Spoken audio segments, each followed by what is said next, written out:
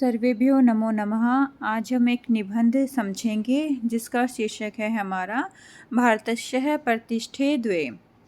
अस्माकं देशस्य नाम भारतवर्षम, हमारे देश का नाम भारतवर्ष है। एषः एकः बहुभाषी देशः अस्ति, यह एक बहुभाषी देश है, अर्थात यहाँ पर बहुत सारी भाषाएं बोली जाती हैं। अत्र बहवः प्रदेशः सन्ति, यहाँ पर बहुत सारे प्रदेश हैं। एषु प्रदेशेषु बह्व्यः भाषा व्यवहृताः भवन्ति, और इन प्रदेशों में अलग अलग भाषाएं व्यवहार में होती है, अर्थात अलग अलग भाषाएं बोली जाती हैं।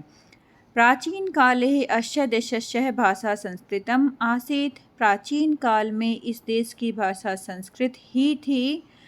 संस्कृत भाषा भारतीय भाषाणां जननी अस्ति, संस्कृत भाषा भारतीय भाषाओं की जननी है। अन्य भाषायाः सर्वां प्रान्तीय भाषाः अनुप्रणीतः प्रभावितः च सन्ति, दूसरी भाषाओं में सभी प्रांतीय भाषा का प्रयोग भी इसी के द्वारा ही प्रभावित होता है। इयं भाषा अतीव सरला मधुरा च अस्ति, यह भाषा बहुत ही सरल और मधुर है। श्रुति स्मृति उपनिषद पुराण दर्शनम अन्यानि च शास्त्राणि संस्कृते एव रचितानि सन्ति। श्रुति स्मृति उपनिषद पुराण दर्शन ये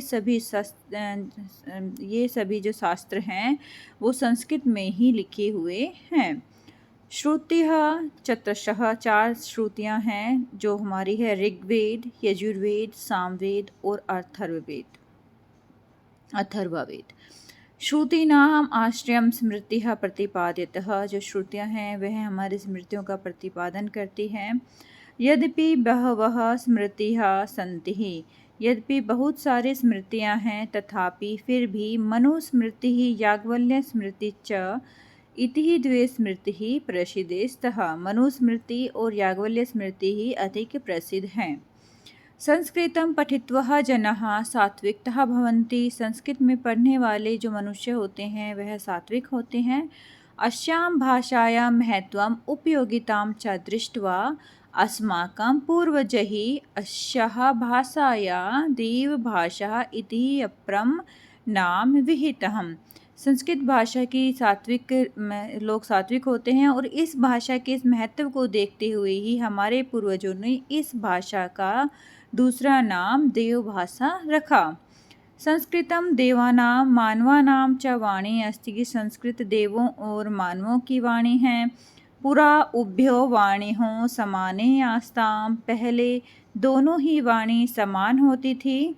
पशूनां पक्षिणां अपि वाण्यः भवन्ति, पशुओं और पक्षियों की भी वाणी होती है।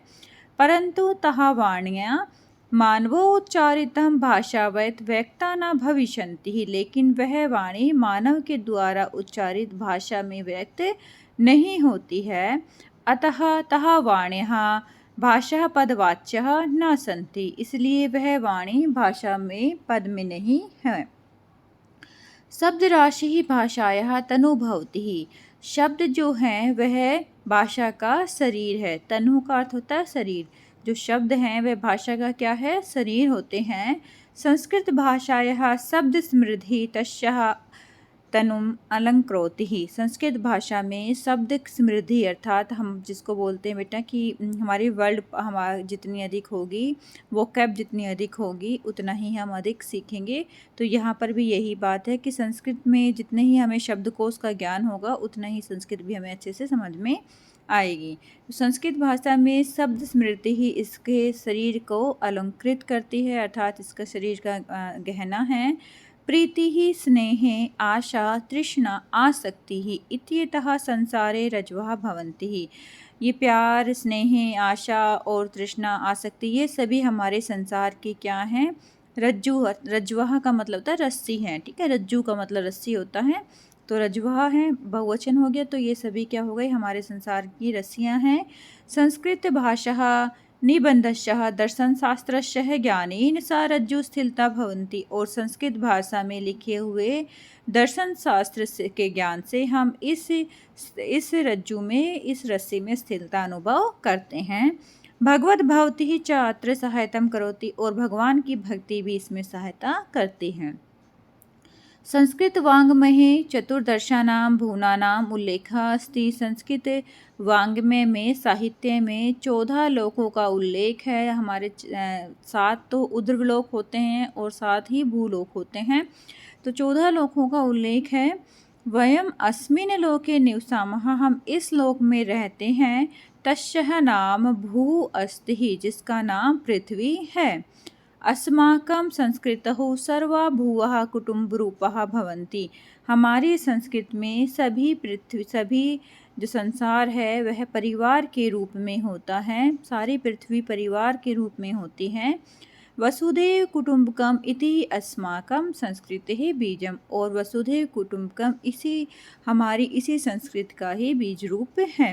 तो बेटा ये आज का हमने निबंध किया है, इसको आप अच्छे से याद कर लेना और अपनी कॉपियों में भी लिख लेना। भारतस्य प्रतिष्ठे द्वे।